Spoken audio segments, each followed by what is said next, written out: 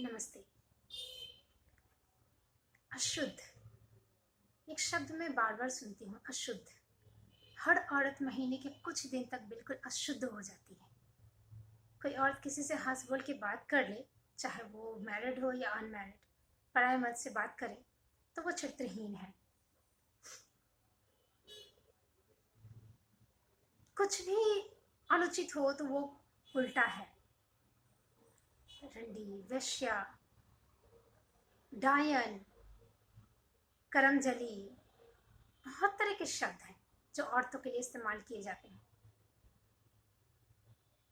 ये गालियाँ औरतों के लिए हैं। मर्दों की कम्युनिटी में, मर्दों की सोसाइटी में, मर्दों के जो ग्रुप हैं उसमें भी गालियाँ हैं, वो औरतों से रिलेटेड हैं। मैं यहाँ नाम नहीं लेना चाहूँगी, लेकिन आप जानते होंगे वो छिछोरे नाम की जो पिक्चर है उसमें सिखाया भी जाता है, ट्रेनिंग दी जाती है। वो गाली यदि ना जाने तो कोई मर्द प्रॉपर मर्द नहीं होता, उस मूवी के अनुसार मैंने देखा है जो। तो बात कर रही थी अशुद्ध की। एक औरत हर महीने में 4-5 दिन अशुद्ध होती है। क्यों? एक नेचुरल प्रक्रिया की, एक प्राकृतिक प्रक्रिया होती है जिसके तहत जब वो 14-15 कभी 13 साल की भी होती है तो प्रक्रिया शुरू हो जाती है, मासिक धर्म, और तब वो अशुद्ध होती है। इसके कई नियम है। अशुद्धता में कई नियम को पालन करना पड़ता है। कई बार किचन में घुसना मना होता है।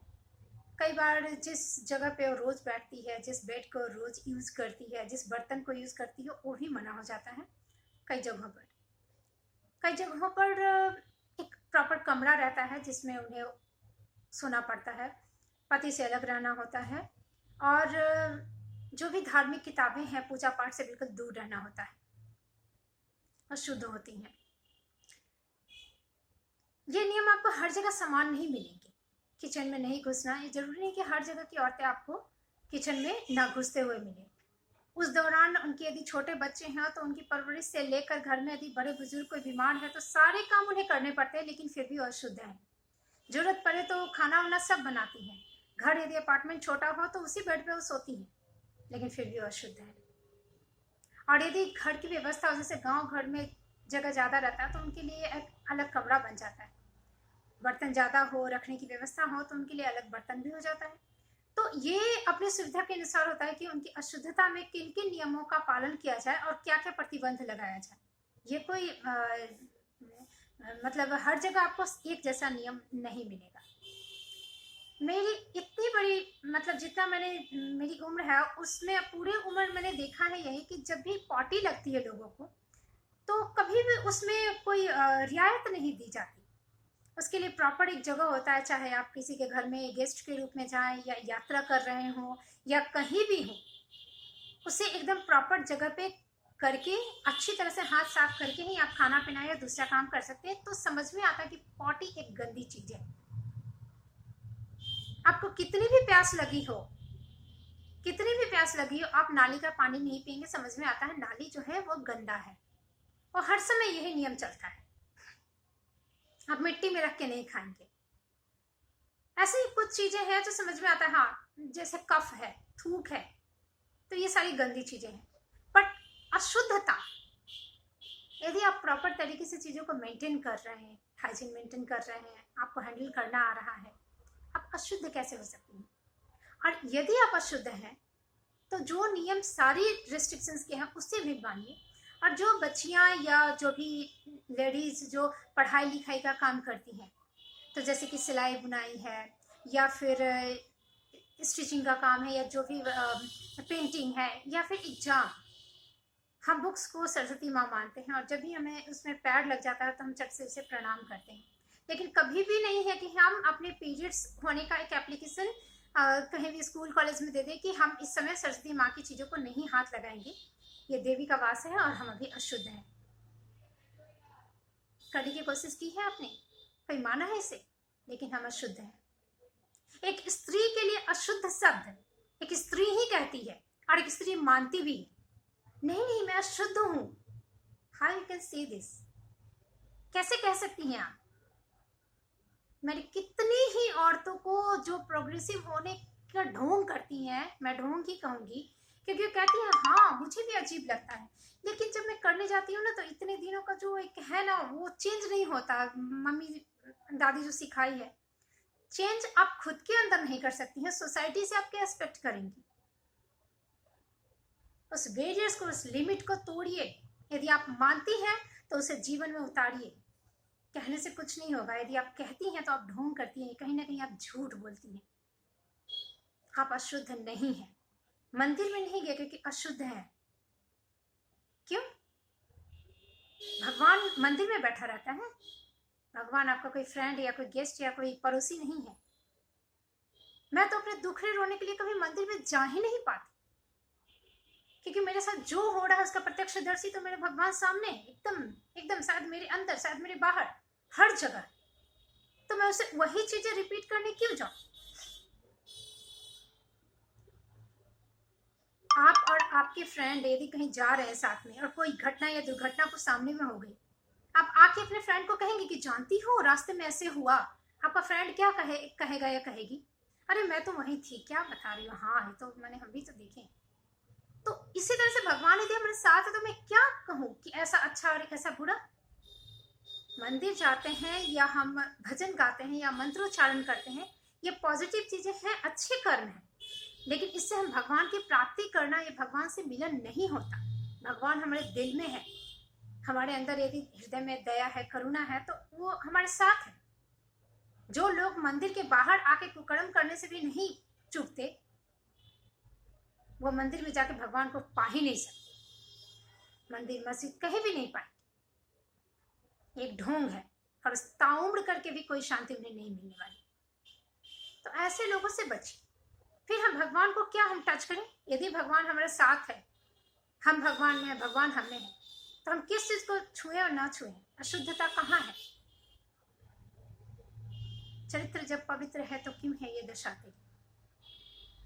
यदि आप मन से, तन से साफ हो, अपने आप को पहचान ली। सिर्फ अच्छा बनने से ही नहीं होता है। अपने अंदर एक आग भी पैदा कीजिए कि जो आपको गलत तरीके से इंटरप्रेट करे, या जो आपको गलत तरीके से छुए, देखे, या आपकी तरफ कोई टोन करे, तो उसे जल जाने का डर हो। साग पात मत बनिए। आप एक औरत अशुद्ध नहीं हो सकती।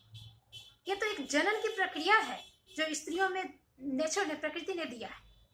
यदि ये गलत है, अशुद्ध है, तो संसार का हर प्राणी अशुद्ध है, हर मर्द अशुद्ध है, सारा जीवन के लिए अशुद्ध है।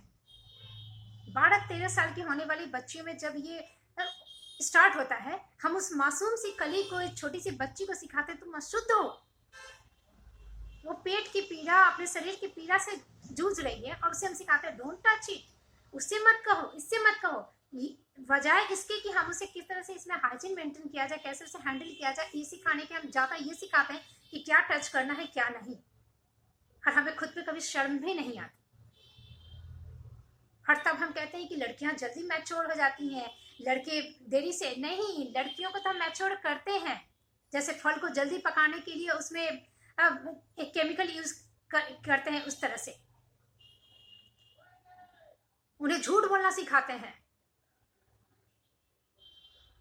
और हम कहते हैं लड़कियां मैच्योर हो जाती हैं। अशुद्धता, ये सारी जो चीजें हैं, कोई लड़की मेकअप करके, कोई लेडीज एक्स्ट्रा मेकअप करके आ रही है, हम कहते हैं कैरेक्टरलेस है। वाई? उसकी रुचि गलत हो सकती है कि कहाँ सजना है, कितना सजना है, नहीं जानती, लेकिन कैरेक्टर पे दोष कैसे हो गया। मर्द को नहाया धोया घोड़ा कहते हैं जो, कि औरतों के द्वारा ही निकला हुआ है।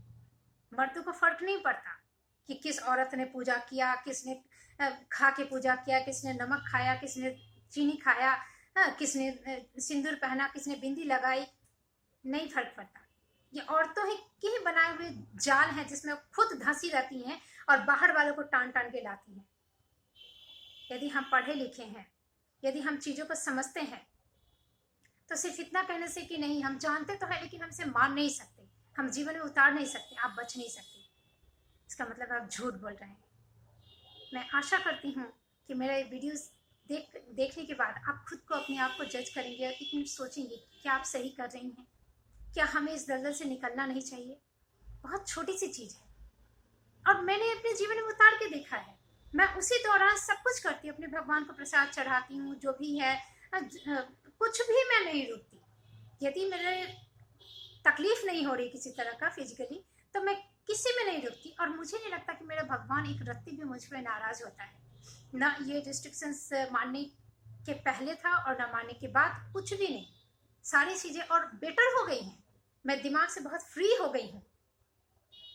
बहुत आराम लगता है जब आप जीवन में इस चीज़ को उतारेंगे। आप भी करके देखिए। मुझे अपने ईश्वर पे भरोसा है, मुझे आप सब पे भरोसा है कि हम इस चीज़ को जरूर कर सकते हैं और हमें करना भी चाहिए।